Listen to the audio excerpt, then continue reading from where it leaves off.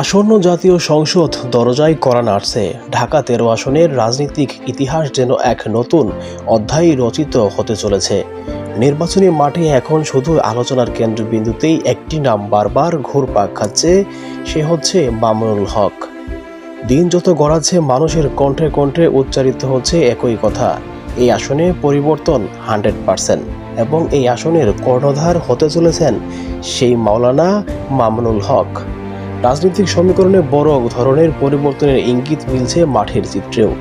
এদিকে জামায়াত ইসলামের প্রত্যাশার সমর্থন, অন্যদিকে চরমোনার পীর সাহেবের প্রার্থিতা প্রত্যাহার করায় এই মাঠে ফাঁকাই গোল দিতে চান সেই মামুনুল হক।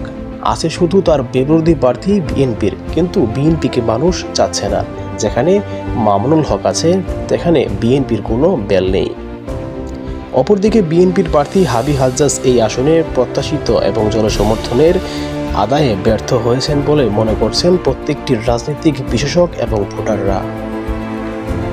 ঢাকা ১৩ আসনের অলিগলি, বাজার এবং চায়ের দোকান সবখানেই একই আড্ডায় মেতে চলেছে আলোচনা সমালোচনা। মানুষ বলছে, আমরা এবার নতুন মুখ দেখতে চাই এবং নতুন বার্তা দিতে চাই।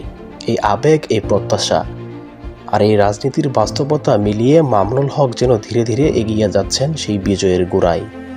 প্রতিদ্বন্দ্বিতা থাকলেও মাঠে আর সেই উত্তেজনা নেই, কারণ সমর্থন পাল্লা স্পষ্টভাবেই হেলে পড়েছে একদিকে, আর তিনি হচ্ছেন এই 10 দলীয় জোটের রিকশার কাণ্ডারি এবং জামায়াত ইসলাম ও এনসিবির সকল নেতৃবৃন্দতে একত্রিত সেই মহানায়ক মামুনুল হক।